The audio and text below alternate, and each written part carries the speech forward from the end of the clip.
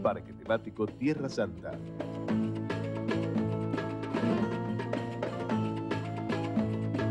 Todo es posible. Si la vas a hacer, hacela bien.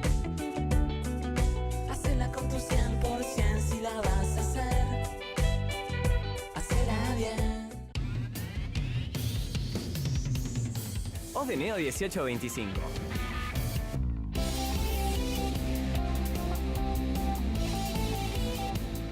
Estamos.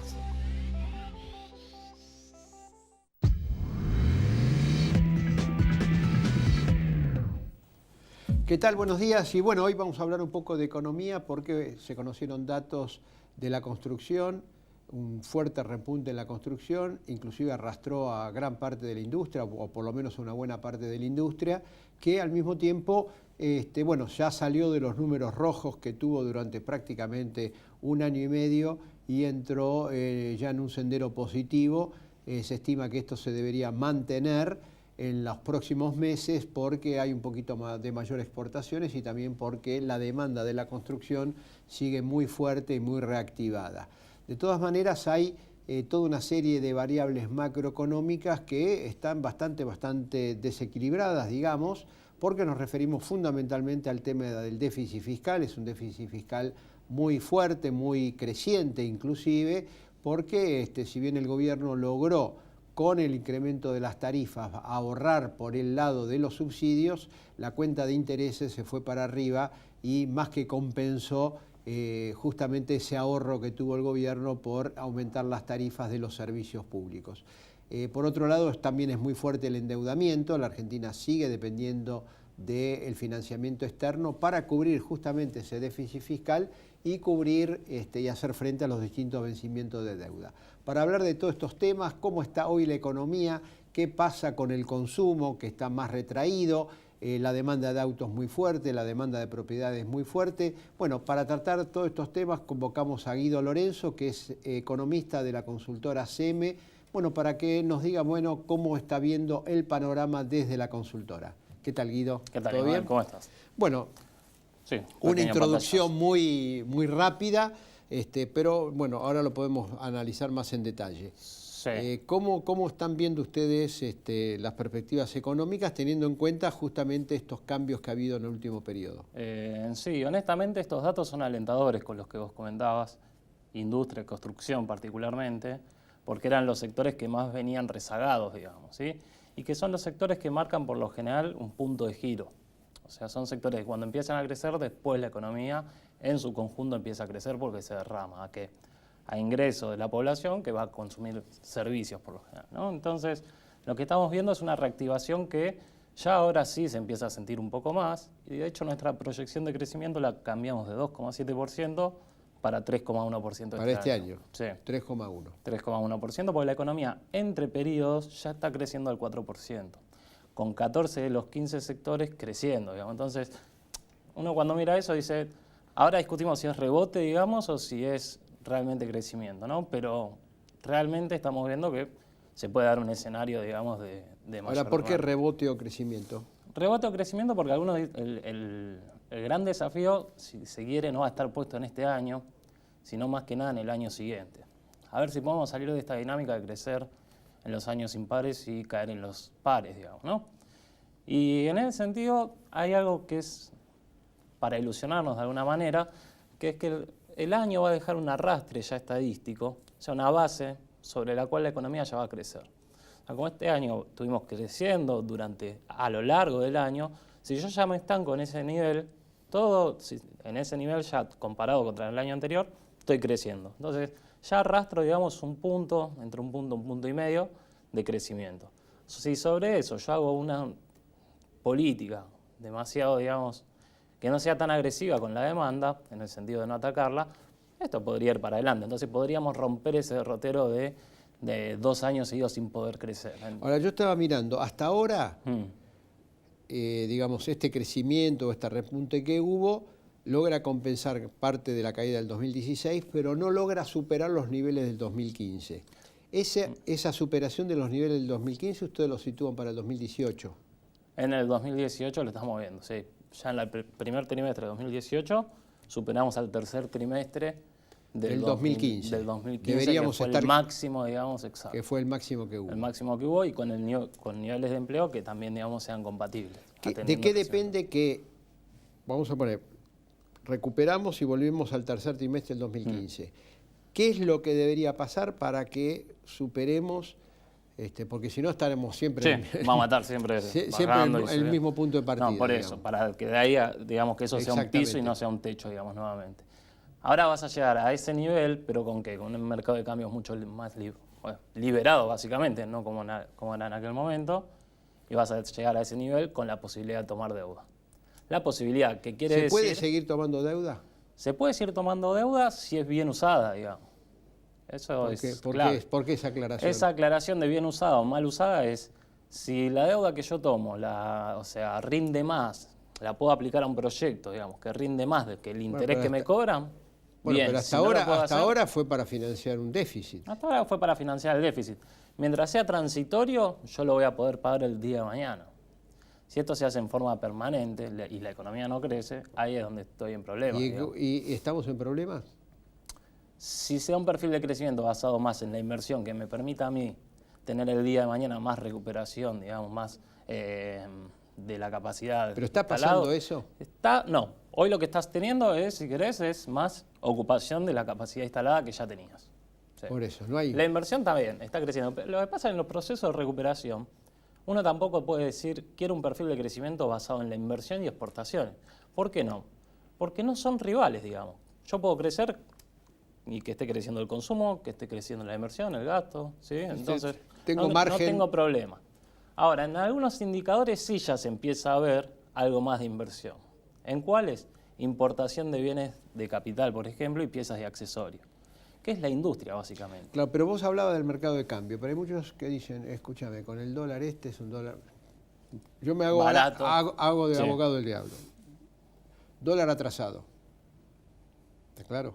Por lo tanto, ahí hay inflación contenida, Sí. digamos, para decirlo en términos más elegantes. O sea, tenemos ahí un problema. Tenemos un déficit fiscal que bien contabilizado, con el déficit cuasi fiscal del Banco Central y déficit de las provincias, andamos como en 8 puntos del PBI. Muy grande. Aunque, no sé, por el peso de los intereses es lo que ahorra por un lado el gobierno, Se le va en intereses. se le va en intereses y todo lo demás. Entonces, ¿cómo se sale de todo ese círculo, de toda esa trampa en la cual hoy estamos metidos? Buena parte es el punto que tocaste sobre el déficit cuasi fiscal o bien medido, digamos, ¿no? O la meta fiscal que tenemos y que seguramente la va a cumplir el ministro Duhovne es acerca del déficit primario.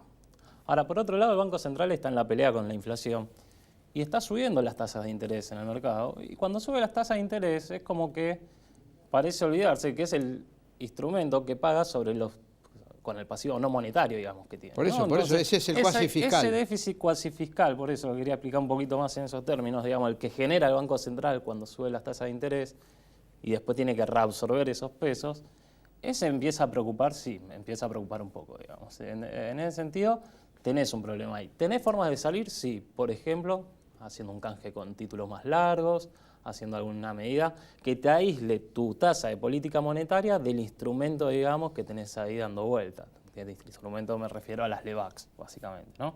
Entonces hay algún tipo, hay formas de desenmarañar un poquito. ¿Por qué el Banco Central no los hace? Bueno, es cuestión de sentarse y dialogar, digamos, ahí con los tenedores. Todos los técnicos del Banco Central, supongo que esto también lo saben. Sí, y lo podrían llegar... escucharon la historia también del plan Bonex y las cuentas remuneradas, digamos, ¿no? Yo creo que el Banco Central hoy en día confía mucho que va a suceder el proceso de desinflación que ellos plantean.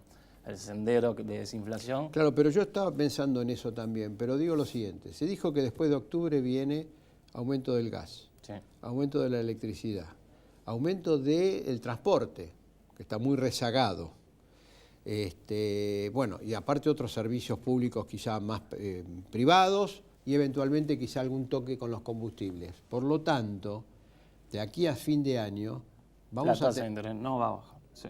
La inflación es muy Y la difícil que inflación baje no porque baja. ya vamos a tener la presión más el efecto indirecto. Los de primera y segunda ronda, porque cuando Por eso. sube la electricidad, sí, te sube los Por eso productos, sube la digo, electricidad. más la segunda. Entonces ahí hay... Ahí falta, si se quiere, en mi opinión, un poco más de coordinación, porque le tiraron la pelota, la verdad, de la inflación al Banco Central, o él se adueñó. La verdad que eso no habría que ver la lectura más política.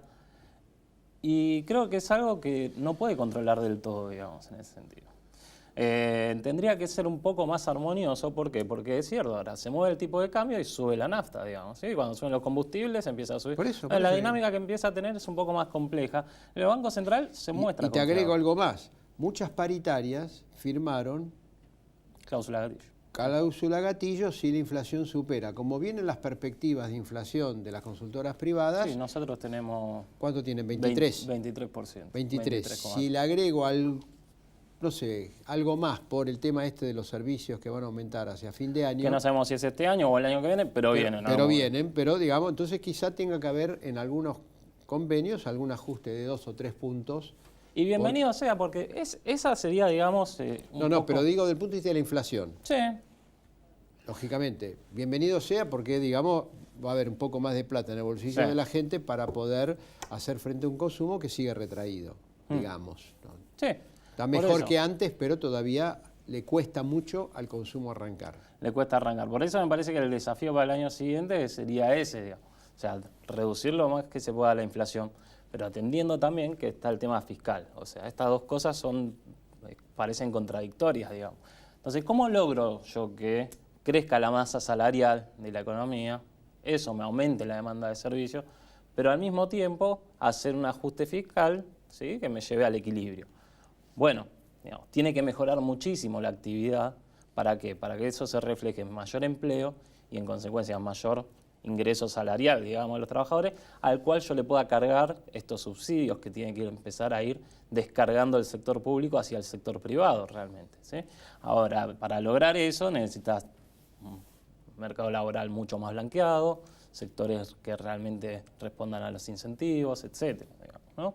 Ese me parece es el punto clave, que mejore la actividad un poco más de lo que pretende el gobierno, digamos. ¿Para qué? Para lograr aumento de salarios que se banquen, digamos, el aumento de la inflación de costos, que era lo que decías vos, básicamente.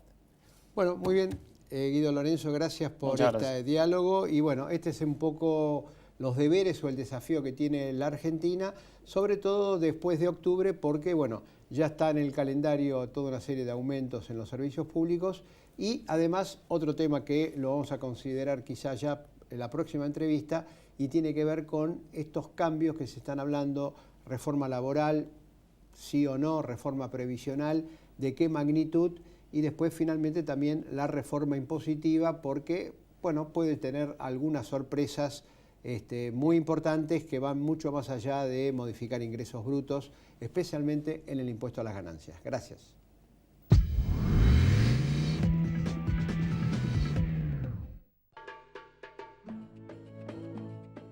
Parque temático Tierra Santa.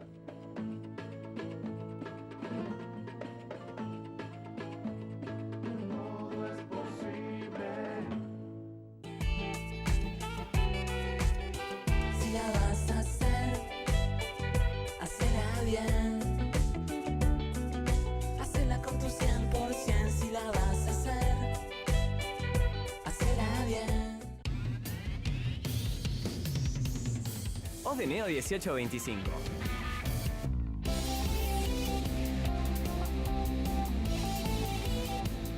Estamos.